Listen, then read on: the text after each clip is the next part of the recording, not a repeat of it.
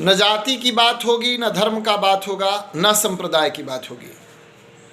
आप मानव हैं, मानवता की बात होगी, आपके हक की बात होगी, आपके अधिकार की बात होगी।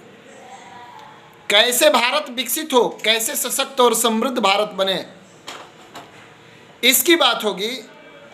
मान सम्मान किस तरीके से किसी का बरकरार रहे, कानून व्यवस्था कैसे मजबूत हो, इसके लिए जागरूक जनता पार्टी अभियान चलाती है। इस अभियान से आप जुड़ करके और अपने साथ साथ अपने आने वाले अनेक पीढ़ियों की समस्या का समाधान करें। राम राज्य कहने से नहीं आएगा। राम राज्य लाने के लिए राम की तरह नीति बनाना होगा, राम की तरह न्याय प्रिय होना होगा, राम की तरह समाजवाद को अपनाना होगा। जब तक ये नहीं कर पाएंगे आप, संभव नहीं है राम राज्य लाना। किसी भी राष्ट्र को विकसित करने के लिए मुख्यतः 4 बिंदु पर विशेष ध्यान देना होता है। वो क्या है? तो सबसे पहले उस देश का नागरिक का पेट भरा हुआ हो। जब तक आपका पेट भरा नहीं रहेगा तब तक आप और कुछ नहीं सोच पाएंगे। जब तक आप स्वस्थ नहीं रहिएगा, आपकी स्वास्थ्य व्यवस्था मजबूत नहीं होगी, तब तक आप कुछ नहीं कर पाइएगा।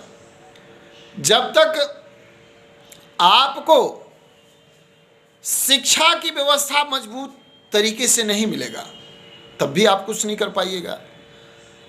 और जब इसके बाद रोजगार आपका मजबूत नहीं होगा, आपको रोजगार करने के लिए आगे बढ़ने और आमदनी करने की व्यवस्था जब तक नहीं होगी, तब तक विकास संभव नहीं है। जागरूक जनता पार्टी जो मिशन लेकर के आई है, जाति धर्म संप्रदाय से ऊपर उठ करके क्या कहती है कि मानव और मानवता का विकास, मानव और मानवता का सम्मान, ये सबसे बड़ा धर्म है, मानव रक्षा। जागरूक जनता पार्टी कहती है कि भूखमरी मिटाइए। और ये कब संभव है? जब प्रत्येक वोटर को प्रत्येक माह उसे एक निश्चित आमदनी सकल घरेलू उत्पाद की सार्वभौमिक आय के माध्यम से जो आमदनी होता है, बिना शर्त भरपेट भोजन की व्यवस्था। और उसी अभियान के तहत वोटरशिप अभियान, वोटर पेंशन अभियान या सार्वभौमिक आय की बात करती है जागरूक जनता पार्टी। प्रत्येक वोटर को प्रत्येक माह वोटर पेंशन के रूप में कम से कम 6,000 रुपया महीना प्रत्येक वोटर को मिलना चाहिए, जिससे उसकी भूखमरी लाचारी समाप्त हो।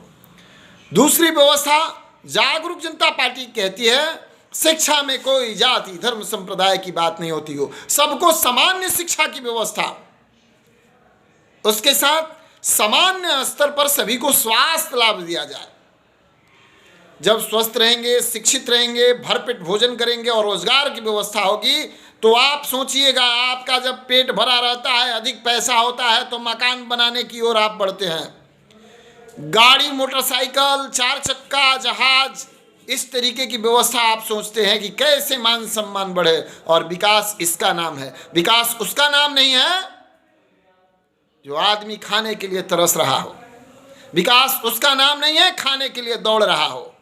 विकास उसका नाम नहीं है लाचारी में लोग पेट भरने के लिए शोषित और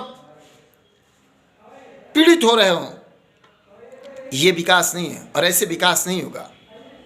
वर्तमान केंद्र सरकार शोषण की नीति अपनाई हुई है और शोषण की नीति को अपना करके इस देश के लोगों को मूर्ख बना रही है। और जो भी इस देश में पहले से जो 75 साल 72 साल में जो व्यवस्था बना हुआ था, उसको निजी कंपनियों के हाथ में दे रही है, जिससे इस देश का विकास नहीं होगा।